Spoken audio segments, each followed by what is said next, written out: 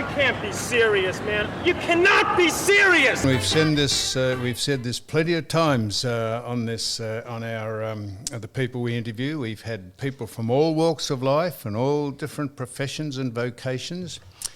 And if you don't find today's interviewee appealing or interesting, you're a hard person, whatever you signal as, Don, to please. Because the person we're about to speak to is a doctor. He's been a doctor for almost as many years as you've been on the planet. Not quite, but almost. And besides him being in here for one particular reason that captivated our imagination, there is a whole history to this person and what he's achieved and what he's been involved in. But he first captured our imagination and interest when someone said, you want to speak to this bloke. He's 92 and he's currently married, and he's just, his wife is just pregnant. Bullshit. Don, don't say that, Could please. not. His wife is pregnant, and she is here with us. Her name is Yan Ying, I think, Yan Ying.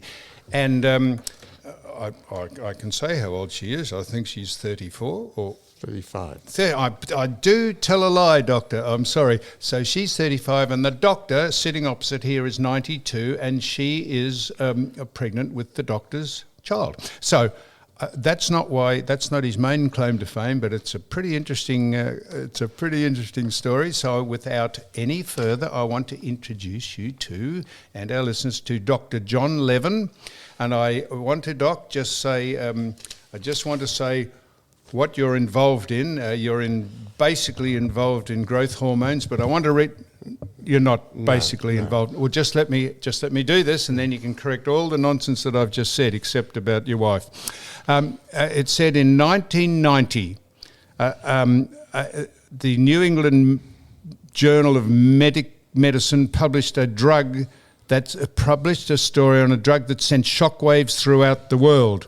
A person called Daniel Rudman, MD, he said that people from 61 to 81 with flabby, frail, fat, bulging bodies, he said you could make them into sleeker, stronger, younger selves, and the effect of a 6-month human growth hormone, was tested, and it made people feel 20 to 30 years younger, or gave the impression. Now, I know you're involved in that, and there's a lot more to you, which we'll get onto. But welcome to You Cannot Be Serious. Does any of that make sense, except about your wife? Any of it makes sense. It's not quite true. Right. Well, just what's correct. What's not true? Well, correct what's not true, Doc, about please. The growth hormone. Right. The growth hormone. It's a very important hormone. Now speak up, Doc, or speak closer. Growth hormone is a very important hormone, but it's used and abused by many people. But used properly, it's a great hormone. But unfortunately, there are a lot of people using it when they should not be using it. Well, tell us the good and the bad. What do you mean by that? But your business is that, though, isn't it? My business as a doctor is anti-aging medicine. Oh, yes. I should have said that. Growth hormone is just part of it. I do apologise. That is correct. We only give it to people that are low in it, and we have to prove it by certain tests that we do. And it's usually, most people over 60 are low, most. Not all, but most. May I just address the elephant in the room? This is probably why you're here. You are, just seems remarkable to me that you have married Yan Ying. I presume you're married. And you're about to have a child. She's pregnant with your child. I find it hard to. How did you manage to? How do you manage to? How did you manage to do that, Doc? What is the recipe or secret to how you could do that? It was probably a fluke. A fluke. Don can't get a hard on. He hadn't had a hard on. Hang on. How do you know? Well, you told me. Well, I'm making it up. I can't. Yeah, but we've had prostate. So they've gone in and cut nerves. Yes.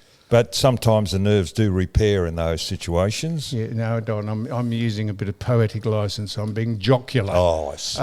It is. You're sexually active, Doc? Yeah, but we came here really not to talk about that. We came No, to we talk didn't. about anti-aging medicine. No, mate, we absolutely. But I did say we'd address the elephant in the room. yeah. People would be fascinated by the fact that you can be, if the word is virile, at 92. And how do you do that? It's not the same as it was when I was 42, of course. No. What Is does it a that mean? result of these hormones that you're advocating? No. So you just naturally were able to. Well, it's all part of anti-aging, all the things. There are so many things you take Okay, so to give you a better quality of life when you in what we call the golden years. The golden years are 70 to 100. and Yeah, and if people that's a third of your life. and the people ostensibly would like to live that long as their quality of life is good, and that's what you're on about. Yes, absolutely. Well, Dr. Rudman, I think his name is, Rudman yes. has a whole list of things, of benefits of what anti-aging or growth hormones do for you. I can't read them out. There's about 30 of them. And is that what you invest is that what you Growth hormone invested is in? only a very small part of it. What's that? Growth hormone is only a very small Okay. part, and we don't give it to everybody. We only give it to people that we can prove that are low in it. Okay, so you as a doctor prescribe anti-aging medicines Yes. or treatments or Yes, well, what? Let's start from the beginning. Yes, let's do that. All right.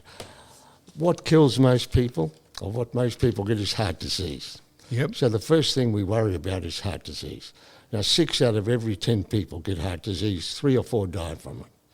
So what we do is based on research that's done at the Baker Institute, the Alfred Hospital, Monash University, and the Karolinska Institute in Sweden.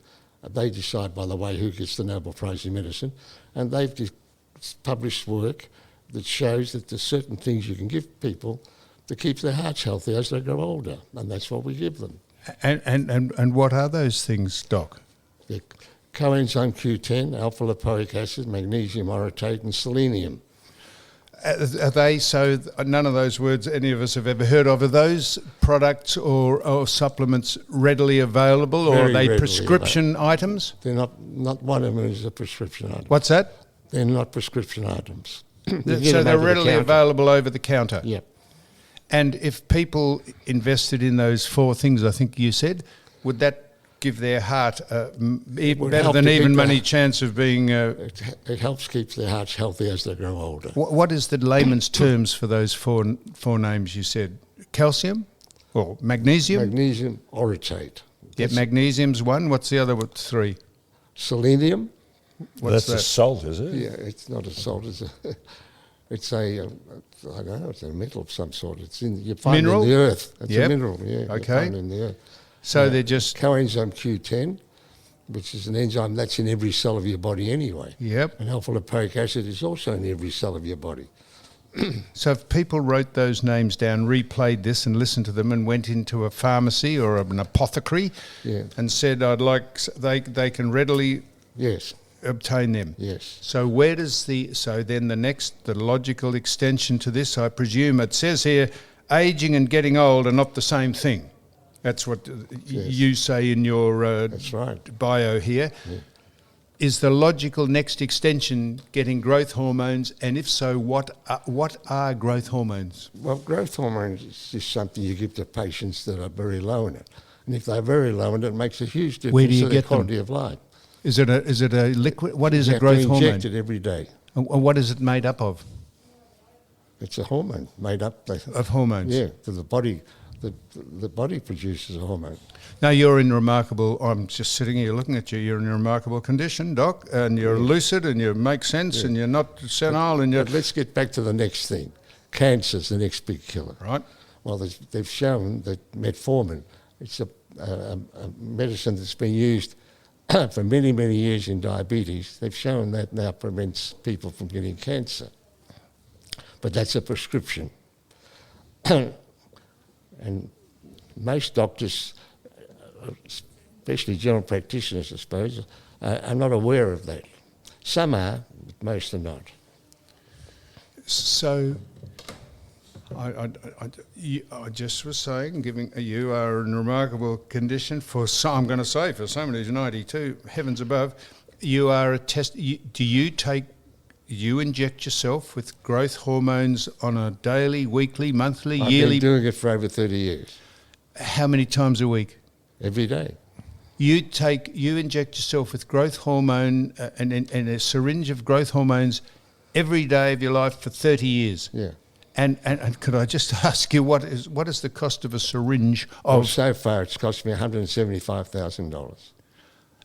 And you are a living testimony to the fact that you would say that this is the panacea to longevity and mental acuity. It's just one of them. There are many, but that's just one. That works out to about $100 a week, doesn't it? Yeah, about $100. What about the mind? How much does the mind have to do in your physical well-being? Well, the mind's got everything to do with it. I mean, if you don't have a good mind, you don't have a quality of life, do you? Well, I mean, I'm using the mind as far as being active. A lot of people are old at 60 because of their mental outlook. Other people are young because they, whatever they're doing, or they're physically active, using their mind and whatever else. Does that have a big effect upon people's ageing? What do you mean, a growth hormone? No, your mind. Oh, your mind. That's the most important thing of all. Think young, stay young. Yeah. The way you feel, the way you think, is so important. So can anyone walk into your clinic or practice or to your surgery? Yeah. And say, I'd like a course, I'd like to embark on a course of growth hormones, and you say, yes, right, here. No, don't say that at all. No, good. No. How does it When work? people come to me... If I wanted to do it, how would it work? If people come to me and say they want growth hormone, I tell them to go somewhere else. I don't see them. And why?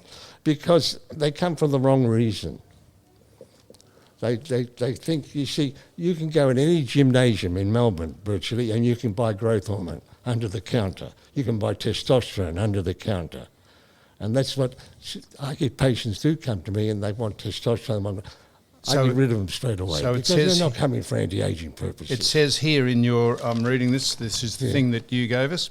It said it is filled, this is the medical, it is filled with charlatans who make up all sorts of claims that are not backed up by research. That's right. That you say that. That's right. Now, I only say this because when you were 77, you appeared before the medical practitioners board, because they wanted to know about your practice of prescribing those things. Yeah. And I know you showed me a letter saying that you were completely exonerated by those people and said that you were worthy to do this. Tell me what that was about. That was about a doctor reporting me to the medical board for giving growth hormone. And that doctor thought that I shouldn't. And what the medical board found after a couple of years was that even though endocrinologists that prescribe growth hormone don't, I could prescribe it, and they found that I was completely ethical. Ethical, yes. Yes, and it was safe. And I had no case to answer. Yes, and I'm still fascinated by that. You wouldn't prescribe growth hormones to... If I walked in, you'd say, no, I'm not giving you growth hormone, or you'd test me for it first, or what? No. Why couldn't I get growth hormones from you, Doc? Because I'd get rid of you. What's that? Go somewhere else. Because I'm only interested in anti-aging medicine, and growth hormone is just one of the many, many things that we give to patients. So if they come for growth hormone, they're coming because they want to build up their muscles, or they want testosterone. They're coming for the wrong reason. Well, you take it what's your reason? You take it every day? Yeah, because I'm low in it. I need it. So you do it. My body's you do not it. producing it. Yeah, well, so you do. You test people and find out what they're deficient in. No, I only see people that come that are interested in anti-aging. If they're coming in and they mention growth hormone, testosterone, gives me a bad impression.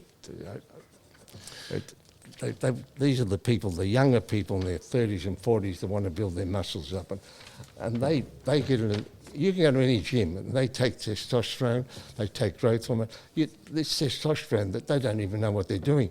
With the testosterone, they take too much of that, they can have a stroke or a heart attack. Yep. And same with growth hormone. If they don't need it and they take it, it's harmful. So it says, I'm reading from your thing because it's fascinating. Once we have passed the age of creating new life, nature decrees that we have passed our use-by date. Men, of course, will say that they are capable of siring children up to 70 and beyond, but after 50, the quantity and quality of sperm deteriorates rapidly. Is that what growth hormones provide, or is it the anti-aging element of what you do provides that? It's all the things. Yeah, it's a it's whole a lot. complementary. Not just one thing, it's many things that they take.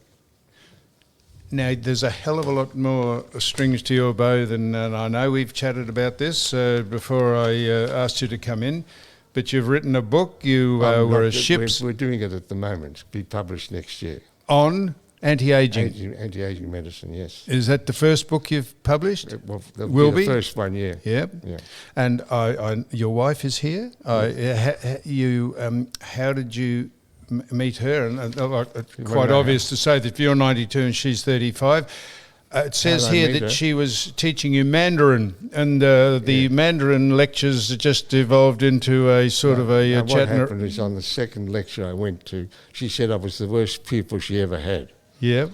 So why? Because you were fascinated by her and not the language. Was the end of, that was the end of my Mandarin. Yeah, that was the end of the Mandarin. You thought, no, bugger the Mandarin, I'm just more interested in the person teaching it. She says I hypnotised her, so that's how it happened. You'll have to tell us. You'll have to give us the secret. Hypnotherapy too. You'll have to give us the secret of hypnotising people. Don, if you could hypnotise people, the sky's the limit. You hypnotise me. You look there with those stupid eyes at me, those dull, vacant things in the back of your. At least Sorry, mine Doc, haven't been touched I up. can hypnotise her with one word. What's that? I can hypnotise her with one word. With one word. Oh, holy mackerel! Can you tell us what? Do you want to see? Yeah. Do you want a demonstration? Would you like a demonstration? Yeah. Is she going to fall down? Let her sit there. Now, we're going to have to explain this because this is audio. Don, this is interesting. Dr. John Levin is about to get his wife, who's 35. The doc is 92. He says he can hypnotise her with one word.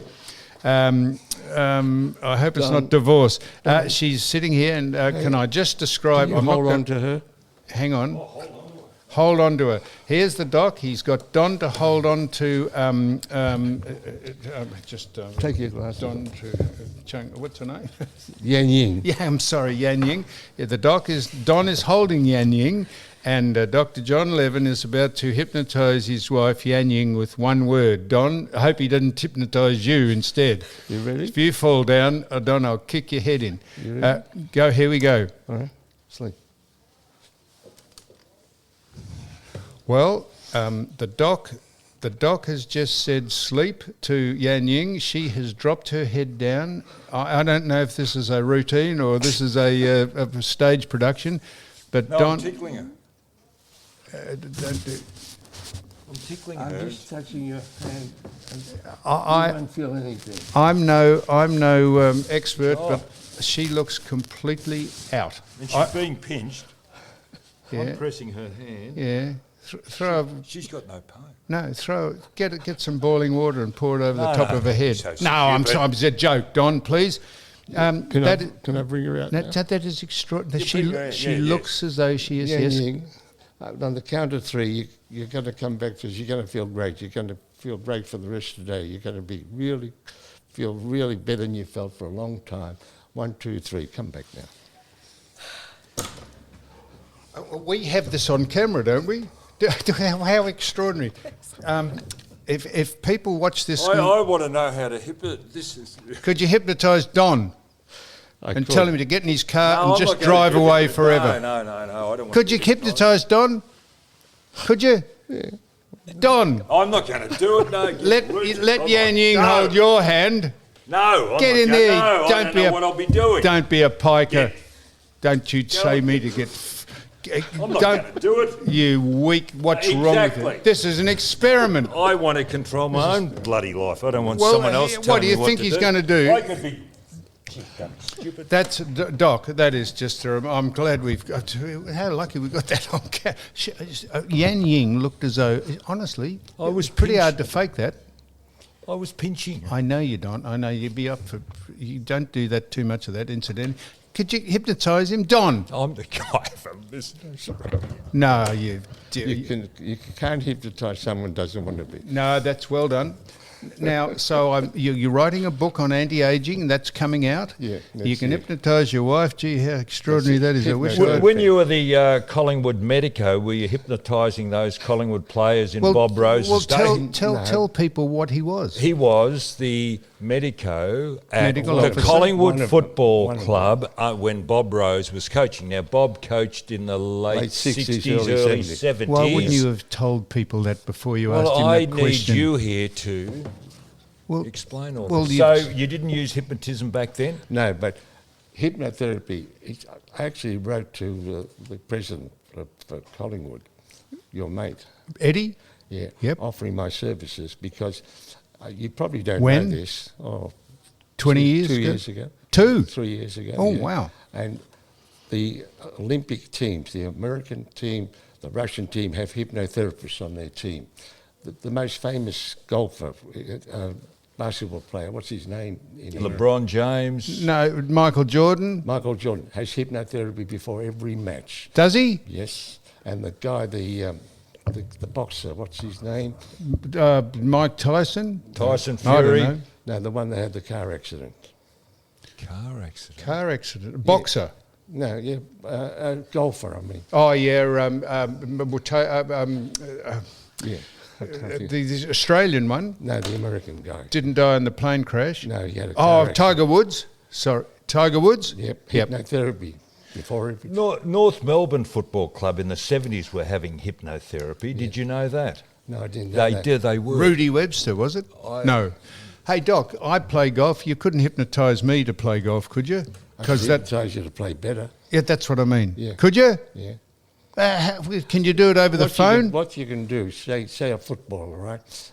If he has worry kicking a goal, kicking points. We want to hear you, Doc. You've got to speak into the microphone. No one wants to miss If a footballer this. has trouble kicking goals and he's nervous every time he goes, I can fix that for him. Doc, I've just written a thing. That's the most ignored part of our game is kicking for goal. The more games are lost by inaccurate kicking, you could be a windfall. You could be the panacea that saves clubs. If you could I could make hypnotise them much people. more confident. Man, oh man, it's extraordinary you say that because I was speaking about that to someone the other day. Why don't clubs invest in trying to work out how you can kick accurately rather than just hit and miss? Well, I offered my services through him to the Collingwood Football Club, but they never replied. But you're a little bit left of centre. Have you found that through your life? Yeah, probably, yeah. That is extraordinary about the hypnotism. You think I'm joking? Can you? It's impractical for me to come and see you before I play golf every day or every time I play. Improve your game. Could you do it over the phone? No, you could can't. improve your game. Oh wow! If you hypnotised me before you went, would that last forever? Yeah, yes. It would. Yes. Don, I wish. How would you be if I could have hypnotised my wife when I was married to her? You did. No, not by holding a hand. Doc, this is extraordinary stuff. So you were in the 50s. You were a medico on a ship. Yes. A trawler, or what was that It was about? the largest refrigerated cargo ship in the world. Largest refrigerated cargo ship in the world of that day. Yes. And why were you a medico? 80 crew and 13 passengers. It was called the Rippingham Grange. And why were you on that? Because they needed a doctor. Oh, you're an And apprentice. I had to get to New York because I worked in a hospital there for 2 years. And so, is this? I think this is true. Did you were a man. You were the first person who transplanted parts of people's eyes? No, I'm not the first person. No. Oh, you weren't? No, but when I was working there, I was only 25 years old. I'd only been in the hospital for 2 months, and they called me at 3 a.m. to say so-and-so had died. And I said, do you want me to come down and certify him? And they said, no, he's already in the morgue.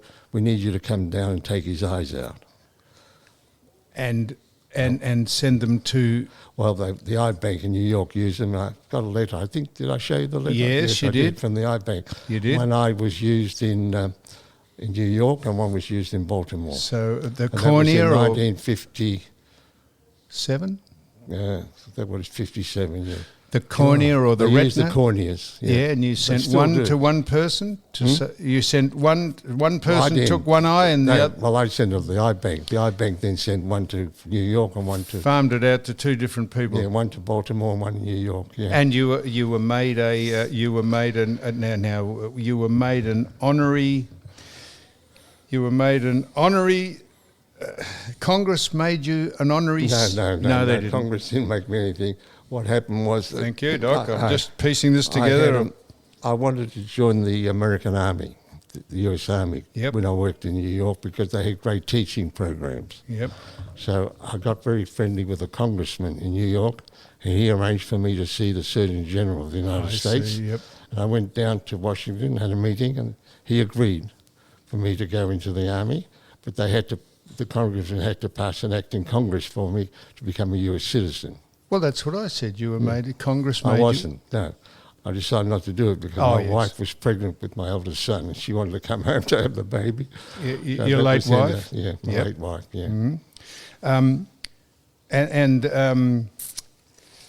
It also... So tell me the story. I know you've told me this. These are all interesting things. We haven't finished with the anti-aging and all that stuff yet, but you met Gough Whitlam at Kirribilli House. Yes. Under what circumstances? I met him there. I was invited there for lunch with my wife. Why? Why? You weren't trying to stop him aging, were you? No. Giving him some brains? Well, it's a long story. Yeah. It's because I did a lot of charitable work in my young days. Yep. Here with the Cancer Council, the Asthma Council, and I was, I don't know how to put it, I got a title of a baron, actually. I can call myself Baron. You're Baron Levin. By an ancient Holy order. mackerel, Doc, this just gets better and better. By an ancient order. And Gough gave you that. And because of that, that's why Gough invited me. But Gough didn't give you that. That'd be but he knew about it. He was a member of that same order. And he sent an invitation to Baron Levin to join him at Kirribilli House. Is that English peerage? No, it goes back much before that time. It goes back to the, I don't know. This is extraordinary, Doc. In another string to your bow, it says that you were the consul to the Dominican Republic. For 40 years. Why were you the consul to the Dominican Republic? Have a look. You see my car? Yeah, it's got consular plates on it. Yeah. It's got CC on it. Well, it's got consular plates. It says consular corps. It's consular corps. He can... Dominican Republic, well, that's West in the Indies? Caribbean. Yeah, West India or somewhere around there? It's near. It's about a half-an-hour flight from Miami. It's in the Caribbean. It's on the island of Hispaniola. Yeah. The Doc can do anything. With diplomatic immunity, he can speed, he can not wear a seatbelt, he can ring on the phone. Well, that's what you can't... Consular immunity, if you got a CC plate on your car with consular, not corpse on it, corps, consular corps, you couldn't sell the plates to me, Doc, could you? What would be the going rate for some consular corps plates? I don't know. I hit the button by mistake. I got so excited. You did.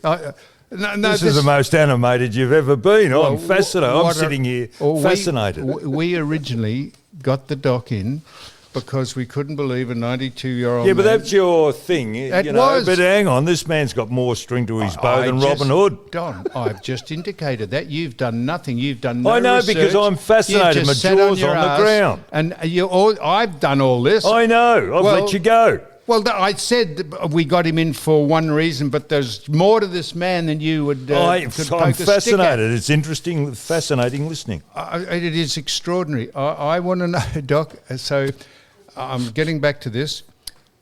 Don's quality of life is It's good. Do you believe in thank you, marijuana Don. oil? Yes.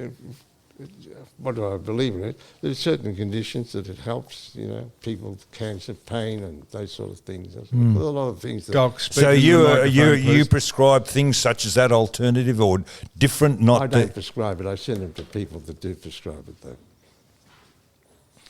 I was going to say, Don, before you interrupted me, I said our quality of life is okay, and we're suffering the ill effects probably now of playing competitive football for many years. You said that you wouldn't. What benefit if I wanted to have? What's it called? What's it called? So it's called. I've lost. Well, what's the word? Growth hormones. No, you don't get into that. You want anti-aging. You want a better way of life. He would kick you out if you haven't worked that out. Well, I want to know why. I'll tell you. Let's start from the beginning. Yes. You come to me because you're interested in anti-aging medicines. What I do is I take a medical history, which most doctors today don't do, a proper one. Yep. And I can remember when I was a student at Prince Henry's Hospital, and I don't know if you remember that hospital in St Kilda Road. Yeah, I do, Yeah. Well, the dean there, his name was Harry Garlick, said to us, and that was in 1954, it would have been. He said to us, the most important thing a doctor can do is to take a proper medical history. But doctors today, they don't do that anymore. Some do, but they're too busy. They're too busy to do it. It takes a long time. It can take up to an hour to take a proper medical history. So what I do when a patient comes to me, I take a proper medical history. Then I order a lot of pathology, because it's no good starting an anti-aging medicine if there's something wrong with you. So if there is something, we find something wrong, we have to fix it first. Yes. Right. So that's the start. And then after that, I explain to the patients what they should be taking. So they've got to protect themselves from heart disease, so we take things to protect themselves. They've got to protect themselves from cancer, and we give them metformin, which has been shown. Yep.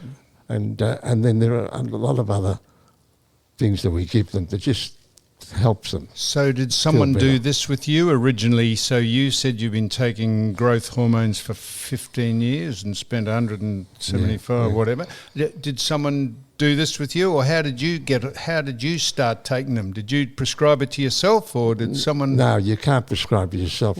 Doctors will prescribe for themselves. I don't know if you know that, but it's a $10,000 fine. No, I didn't know that. No. Other doctors prescribed it for me. Okay. Now, I'm reading one line out of this CV you sent me, which I found just interesting. I don't know why I found it interesting. It says, it was found that cells isolated and cultured in a laboratory are able to grow and divide about 50 times. Is that the secret of cultivating growth hormone cells? What does that mean, Doc? Or is that just irrelevant, what I read It's out there? irrelevant, really. Is it? Why is it in your CV then? Well, it's just the future research. I see. Yeah. Now, Don, this is... It's fascinating. I'm riveted. I know you're going to say this is not what you came in for, because there's so many things we could ask you about all this. But I hope you don't mind me asking you this, because I have this trouble. Well, can you procreate? Can you have sex without any aid, without any help at all, or do you need to take something or use something to copulate?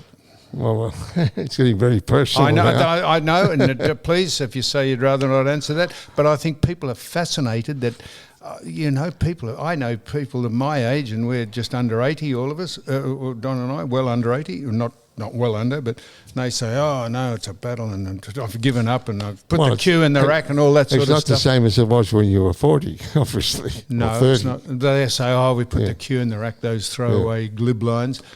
Do you need, how do you do this? Well, in this case, this was IVF, by the way, that she had. I see, yep. Yeah, okay. But you still had to create... Yeah, but it's IVF. Yep. And sex at my age is not like it was when you were 40. No. And let me assure you of that, Doc, yes. So you're about to have do you know what the sex or gender of the child is? Not yet, no. And you'll be in the unusual position when the child is 8, you'll be 100. Well, you see, the child is coming at the right time, and I'll tell you why. Yep. At my age, most people have walkers. You know, they walk with walkers. Yep. Well, my walker's going to be a pram. Fantastic. No, that is quite an unusual thing, Don, to have Can I ask you, can I get off that subject? Yes, can I ask Don. you... Ask him about this the ship or something. anti-aging process. Yeah. How are you going... If you prescribe to what you're saying, what's going to cause you to die? Oh, eventually, well, probably my heart, because I have a very bad heart. No, I'm talking about... No, I'm not asking Me. personally. I'm asking about other people that are doing this. Is it a fact that your body just wears out eventually? Eventually, yes, it wears out. So what you're doing is prolonging the process of the body wearing out? Yes. I'm giving you a better quality of life in those, what we call the golden years between... It's 30 years, it's a third of your life. Between 70 and 100. It's a third of your life. Do you think by prolonging life you're also buggering up the world, in as much as doing it naturally, we probably pass away at 60, 65 or something, but we're now prolonging our time on Earth. Do you think we're putting more pressure on Earth because of it? Probably, because there are too many people on Earth already, and we can't get rid of the rubbish that we're producing. So there's going to be a problem. To what rubbish? Hang on, rubbish in as much as what? Junk food and crap. Yeah, no, it wouldn't be that. Yeah. Of course it would That's be. the biggest problem in the world today. Is we can't get Sugar. rid of the rubbish. Fizzy drinks. No, it's not. That's not. You mean wrappings and things along that line? Garbage. Garbage. It's because there are too many people. We're getting too many people. So what are you thinking? We should stop, There should be regular, like they did in China, one child... 1.5 children. I won't get into that. You what? I won't get into that story. 1.5 children on. How would you have 1.5 children? Nature will take care of it, don't worry. What's that? Nature will take care of it. Yeah. We'll get an epidemic of some sort. I'm going to say the epidemic. Well, we just had Corona. Yeah. But we'll get one that's much worse than that. Really? That's right. What, manufactured by man? No. It'll just occur. Just occur. Be Probably manufactured get rid of by half someone. the population in the world. Really? Now, to Don's point, who made it earlier about the mental aspect of ageing and doing this, he might be onto something here, because you say, this is the final thing I'll say about your thing that you sent me, dietary supplements, they've been well designed and properly conducted double-blind placebo-controlled trials. So, meaning... Sometimes you give someone a chocolate pill and say it's an aspirin and their headache goes because they think it is. Is that part of the testing to see if any of these things anti-age you, or what does that mean, that statement? In medicine, the research work that people take, or doctors take most note of, is what's called double-blind studies. And that's where you have 2 lots of patients and one takes... the real thing, and the other takes the one that's not real. Yeah. And the person giving it to you doesn't know which he's giving it to. No. So it becomes a double blind. So that's into the mental side of repairing yourself. Really, if you think it's doing you good, it is. That's basically what Don was asking, or not? No. No, I knew it wouldn't have been what Don was asking. No. Because Well, why did you ask, you idiot? So, Doc, This is there any? Would you like to anything else you'd like to say about this? Because we are speaking from absolutely a point of ignorance What about? here, but it's been Can I fascinating just shut up? Shut up. Oh, shut up. Okay. Sorry, Doc. What about something that's topical? And you were a sports a medicine doctor in your day. Yeah. This CTE. That's all the go at the moment. I look at soccer. They were playing the World Cup, and I was told that they're banning children who are playing soccer because of the concussion, being hit by the ball at a young age. We've got footballers now. It seems to be the fad. It never happened in our day when we actually tried to go out and hit people. Is there any way of repairing the cells in the brain? No, there isn't. But the point is, I think that all the footballers now should be wearing helmets. Why weren't they wearing in the past when we actually went out and deliberately tried to do it? And those people haven't got any repercussions. A sissy, Don. Well, yes, but we're not suffering like they say they're supposed to be suffering. A lot of them are malingerers who are taking advantage of a situation. Is that right, do you think? Well, I don't know about malingerers. I mean, they're tested by doctors that specialise in that field. And they're gilding the lily a bit, Don. I think so. But that's not, So, Doc, I'll tell you what the great thing about you meeting Yan Ying is, because it says here, you say this, that you were bankrupt when you met her. Yes, that's true. That's right, and you've gone from strength to strength, and now you're living the life of Riley, whatever that means. What a fascinating... Well, bankrupt is not just financial, it could be emotional, it could be a lot of things. No, because what happens Thank is you, that Doctor. when a man of my age marries a girl that's much younger, most people would think she married me or they married for their money. Yep. Well, that didn't happen in my case, because when I met her, I was bankrupt. This was the real deal, Doc. And I actually live in her apartment.